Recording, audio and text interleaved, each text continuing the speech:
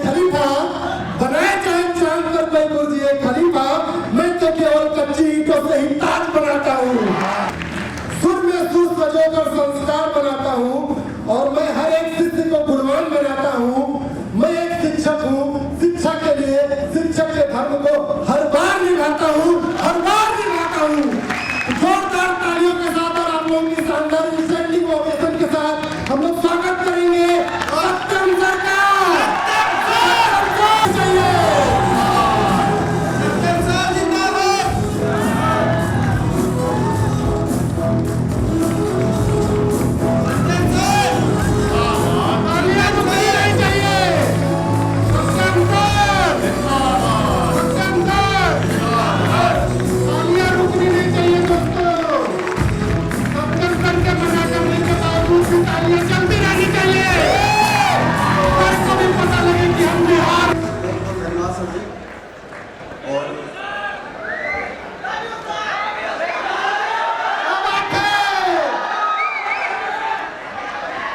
Finally आज जो है वो मुलाकात हुई है आपको और हमारी।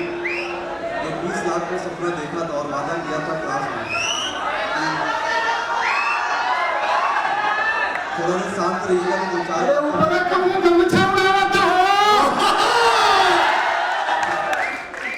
तो 20 लाख पे सपना देखा था कि आपको और हमारी मुलाकात होगी और आज 21 लाख से ज़्यादा का ये परिवार हो चुका है, आपको और हमारी मुलाकात होगी।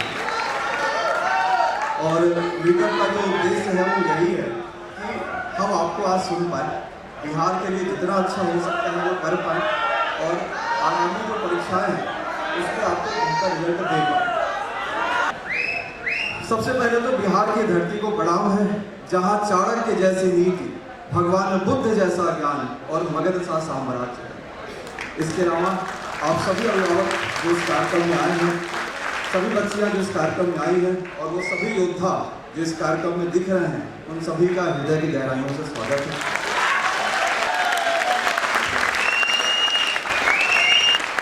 जब से हम लोग एंट्री करेंगे उसके बाद से लगातार मैं आप सभी को देख रहा हूँ। आप सभी की आंखों में वो चमक दिख रही है जो इस बात को चीख चीख कर कह रही है कि अगली जो भी परीक्षा मैं देने वाला हूँ उसमें 100% रिजल्ट दूंगा और खुद सफल होकर आऊंगा। इस चीज के लिए खुद के लिए आपका एक बार जोरदार तरीके से हाथ उठाकर सभी का ताली बजाइए।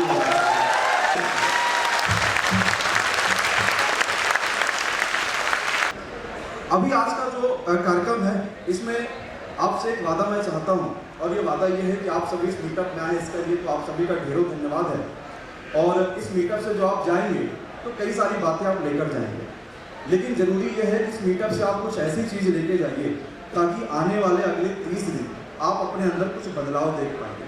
और वही इस मीटअप की खास बात है। आप सभी के पास गिफ्ट पैकेट गए हैं, चेहरों पर मुस्कान भी दिख रही है सभी के, और उसमें जितनी भी वस्तु आपके पास दी गई है सबकी अलग अलग अहमियत है।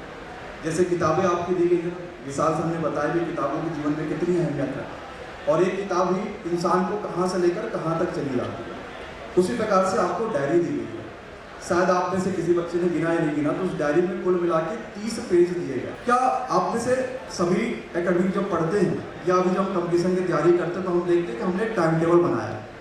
क्या सबके पास टाइम टेबल होता है कि हम ये पढ़ेंगे वो पढ़ेंगे, सारी चीज़ें होती हैं? किसी ने आज तक अपना बनाया हुआ टाइम टेबल जो समय के हिसाब से है 1 हफ्ते से ज़्यादा फॉलो किया है क्या? नहीं किया, और नहीं करते भी। ये सबके साथ भी होता है, मेरे साथ भी होता है, आपके साथ भी होगा, सबके साथ होता है।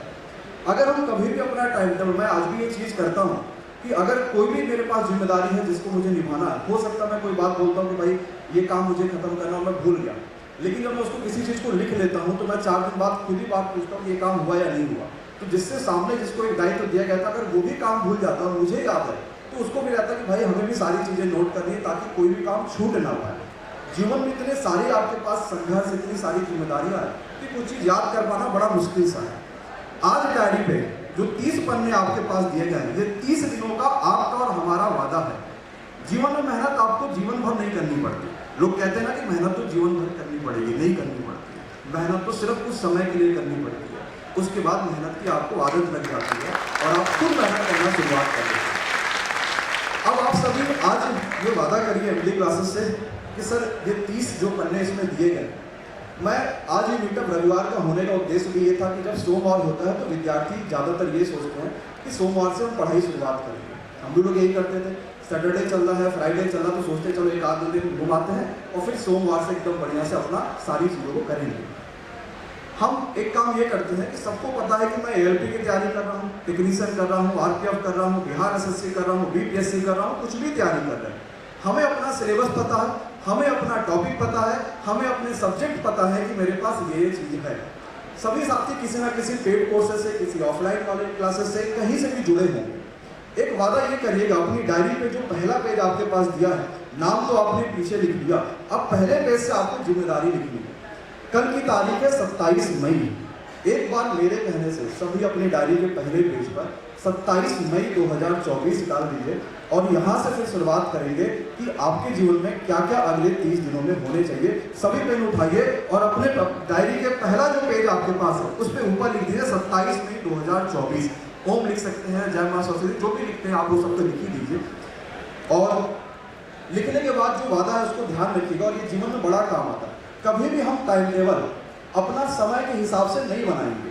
अगर हम समय के हिसाब से बनाएंगे कि सुबह 6 बजे मैं उठूंगा, 7 बजे मैं साइंस रिवीजन करूंगा, 8 बजे मैं GK रिवीजन करूंगा, तो शायद कुछ ऐसे काम आ जाएंगे कि मान लीजिए अगर किसी दिन आप 7 बजे ना उठ, 6 बजे ना उठ के 7:15 बजे उठेंगे, तो होगा क्या कि हम सोचेंगे चलो यार 7:15 तो बज ही गया है, 45 मिनट कौन देख रहा, सीधे 8 बजे से पढ़ाई शुरू करेंगे। ये सबके साथ होता है और यही चलता भी रहता। फिर जहाँ 3-4 दिन गड़बड़ हुआ, हमने टाइम टेबल निकाला, फाड़ा और फिर से एक टाइम टेबल बना दिया कि अब ये वाला फॉलो करेंगे और वो भी नहीं हो पाता। कभी कभी होगा क्या कि किसी दिन घर से फोन आ गया या घर पे रह रहे हैं या कुछ ऐसा काम पड़ गया जिसकी वजह से मैं वो टाइम टेबल का एक सब्जेक्ट भूल गया। तो अब उस समय हम ये सोचेंगे कि अगर आज मैंने अपना समय पढ़ाई के अलावा किसी और चीज़ में दिया है, इसका मतलब सीधे सी बात यह है कि कल मुझे थोड़ा ज़्यादा मेहनत करनी पड़ेगी। तो मैं आज वाला जो काम था ना, गणित का या जिस भी चीज़ का छूटा होगा, ये कल वाले दिन मैं लिखूंगा और कल एक नया काम फिर से लिखूंगा कि मुझे ये भी वाला काम करना है। तो एक बार साथ में बोलिएगा, क्या आप सभी का MD क्लासेस से ये वादा है कि मैं कल से एक नई तरीके से पढ़ाई करूंगा और इसी तरीके से आगे पढ़ाई करके 30 दिन में अपने आप में बदलाव देखूंगा। क्योंकि बदलाव 1-2 दिन में नहीं आता, थोड़ा समय लगेगा, थोड़ी सी चीजें आपको मेहनत करनी पड़ेगी। वादा है या नहीं है? एक बार जोरदार। बिल्कुल है। बिहार में साथ से अगर बात करेंगे तो हर साल लाखों लोग ग्रेजुएट होते हैं, जिसमें से बहुत सारे ऐसे लोग हैं जो किसी भी सरकारी परीक्षा की तैयारी करते हैं लेकिन सफल होते हैं मात्र कुछ हजार की संख्या में।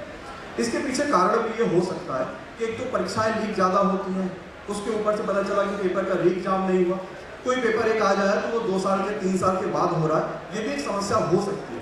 लेकिन सिलेक्शन तो कुछ हजार का हुआ ना, और वो सिलेक्शन आप ही में से जो बच्चे हैं वही सिलेक्शन ले रहे होते हैं, तो वो चीज़ कैसे हो पाता? आप में से बहुत सारे ऐसे साथी होंगे जिनके किसी ना किसी घर में, रिश्तेदार में कोई ना कोई सरकारी नौकरी करता होगा। आखिर लोग कर रहे हैं तो कैसे कर पा रहे हैं? हम पेपर लीक होने को रोक नहीं सकते, हम परीक्षा जो नहीं हो रही है समय से उस पर कुछ नहीं कर सकते, हम सिर्फ कैंपेन चला सकते हैं, आंदोलन कर सकते हैं, ये सारी चीज़ें कर सकते हैं। लेकिन हमारे हाथ में जो सबसे पहली चीज़ है वो खुद की मेहनत करना है। जो परीक्षा हो रही है कहीं ऐसा ना हो कि मैं उस परीक्षा में फेल हो जाऊं। जो मेरे हाथ में है, मेरे हाथ में पेपर लीक कराने को रोकना भी नहीं है, मेरे हाथ में ये चीज़ नहीं है, लेकिन मेरे हाथ में है कि मैं पढ़ सकता हूँ और मैं पढ़ूंगा और वो जिम्मेदारी मैं अच्छे से निभाऊंगा। ये वादा आपको करना है, तभी जीवन में सफलता मिलेगी। इस चीज़ को हमेशा ध्यान रखिएगा। धन्यवाद। जोरदार तालियां। एक बार सत्संग के लिए जोरदार तालियां बजाएं सभी लोग।